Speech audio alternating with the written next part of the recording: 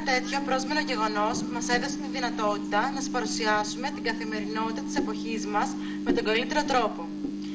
Αυτές τις μέρες, εξαιτίας ενός τεχνικού προβλήματος, μπλέχτηκαν κάποια στιγμή συχνότητες 5 σταθμών.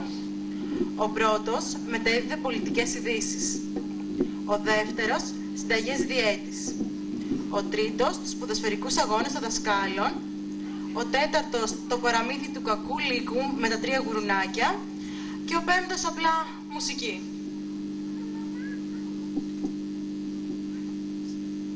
Καλησπέρα σας, κυρίες και κύριοι.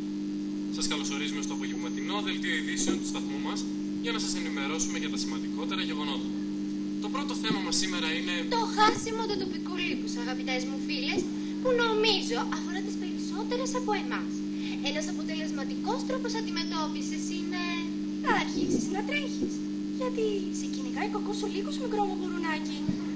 Όμως, το αχυρένιο σου σπιτάκι μέσα στο δάσος δεν είναι κατάλληλο για να παιχτεί ο τελικός του φετινού Πανελληνίου Πρωταθλήματος των Δασκάλων. Μετά από τόσους συναρπαστικούς αγώνες που ζήσαμε, φτάσαμε εδώ, στο στάδιο των Τρικάλων, για να παρακολουθήσουμε τον αγώνα μεταξύ του Ευάγγελου Βενιζέλου και του Ηλία Κασιδιάρη. Στην προανακριτική επιτροπή της Βουλής για την περιβόητη λίστα Λαγκάρ, ο Κασιδιάρης πρότεινε στο Βενιζέλο να κάνει τη δίαιτα που σας προτείνουμε σήμερα και η οποία έχει θαυμάσια αποτελέσματα. Ήδη τα αποτελέσματά της φαίνονται ξεκάθαρα πάνω στο κακό του λύκο. Τα 3 γουρουνάκια τρέχουν αλαφιασμένα και με την ψυχή στο στόμα, ίσα που προλαβαίνουν να κρυφτούν στην αχυρένια καλύβα που έχει χτίσει ο Δημήτρης Ονταούλας, αγαπητοί μου ακροατές. Ο αρχηγός της ομάδας των Τρικάλων στην Τυπαλά παίρνει φόρα αρκετά μέτρα και σουτάρει δυνατά τον Αλέξη Τσίπρα. Ο πρόεδρος του συνασπισμού σε ερώτηση δημοσιογράφου γιατί δεν συμμετείχε στη συνάντηση κορυφής με τους άλλους προέδρους, απάντησε ότι έπρεπε να επιλέξει μεταξύ του αγκουριού και της ντομάτας. Βέβαια, σε μια τέτοια δίαιτα τα αποτελέσματα είναι αντίθετα με την περίπτωση του Θεόδωρου Πάγκαλου. Αυτός είχε αποκαλέσει κοπρίτες στους δημοσίους υπαλλήλους και για τη χρεοκοπία της χώρας δήλωσε «μαζί τα φάγαμε» για να εισπράξει άμεσα την απάντηση του λαού.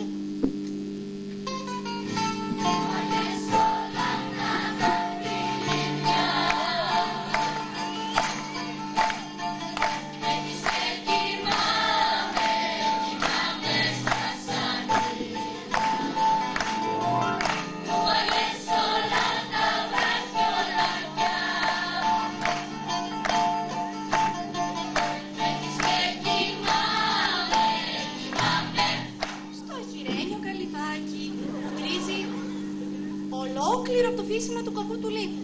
Το μικρό μας γουρουνιάκι νιώθει πολύ φοβισμένο από τον... από το στρατηγό κροκόδιλο της Κατερίνης.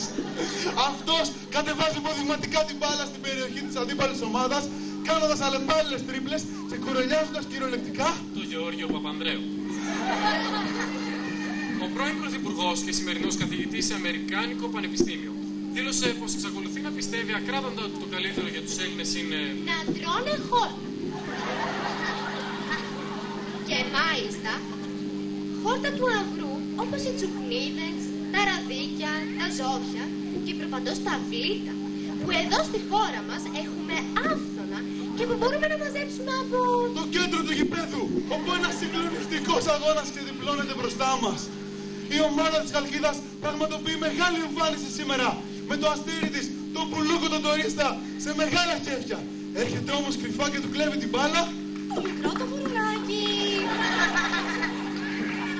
Προλαβαίνει και μπαίνει μέσα στο ξύλινο σπιτάκι, κλείνοντας γρήγορα την πόρτα. Είναι πολύ φοβισμένο. Πόσο θα ήθελε αυτή τη δύσκολη ώρα να έχει μια βοήθεια. Τον Άδωνη Γεωργιάδη. Αυτός, αναλαμβάνοντας το Υπουργείο Υγείας, ξεκαθάρισε ότι προέχει η υγεία των Ελλήνων και γι' αυτό απαιτούνται ένα κρεμμύδι, 2 σκελίδες κόρτων, μισό ματσάκι σέλινο, ψιλοκομμένο άνηθο, πιπέρι, ρίγανη και φυσικά και...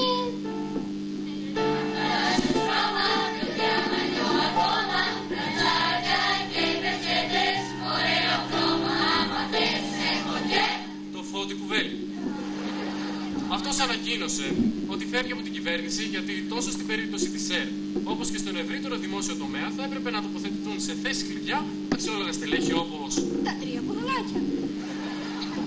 Τα καημένα, τι μεγάλη λαχτάρα πέρασαν από το κυνήγι του Κακουλίκου και πόση ασφάλεια νιώθουν τώρα πια που έχουν βρεθεί στην αγκαλιά του Αντώνη Σαμαρά.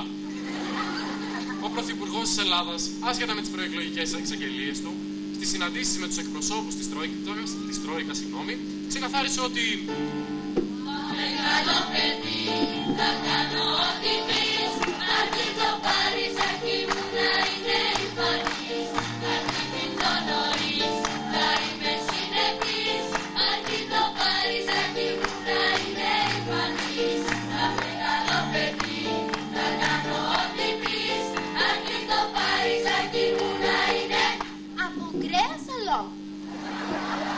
Αγαπητές μου φίλες, ναι, μάλιστα, από κρέας αλόγου, που φαίνεται ότι το χρησιμοποίησε ο Φώτης ο Καραβασίδης της Πρέβεζας. Δεν πιάνεται αυτός ο παίκτης σήμερα. Έχει κουρελιάσει την κυριολεξία, την αντίπαλη άμυνα που θυμίζει την κυβέρνηση και την πολιτική της. Μια πολιτική ληστρική και άγριας φορολογίας που εξαναγκάζει τους απλούς πολίτες να βρίσκονται καθημερινά στο τρέξιμο, λογαριασμοί και δουλειά, μάθος, ακρίβεια, χρέη δανεικά, κάνονται συνοστισμό. Συνοστισμό στη μικρή περιοχή και γκολ! Γκολ, αγαπητοί μου ακροατές, γκολ! Είναι καταπληκτικό γκολ από τον Μαλισσόβα που άφησε σύξυλο τον παππούλι, τον τερματοφύλακα της Καβάλας. Δεν μπορώ!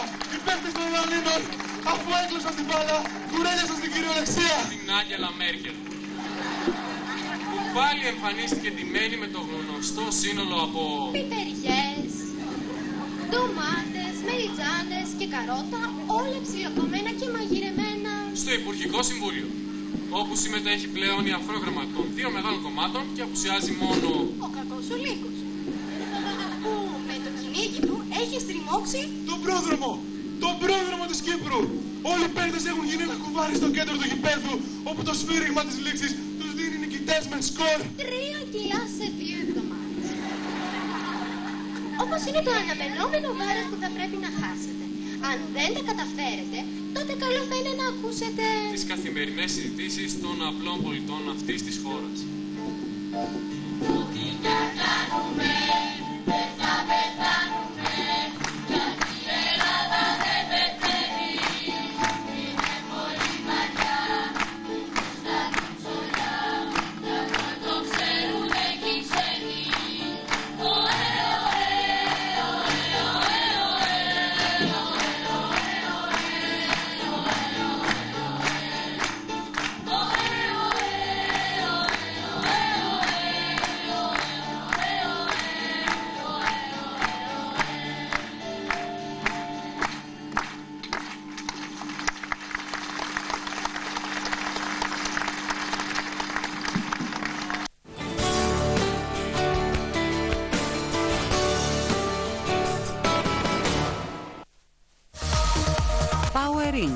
Κέντρο ηλεκτρονικής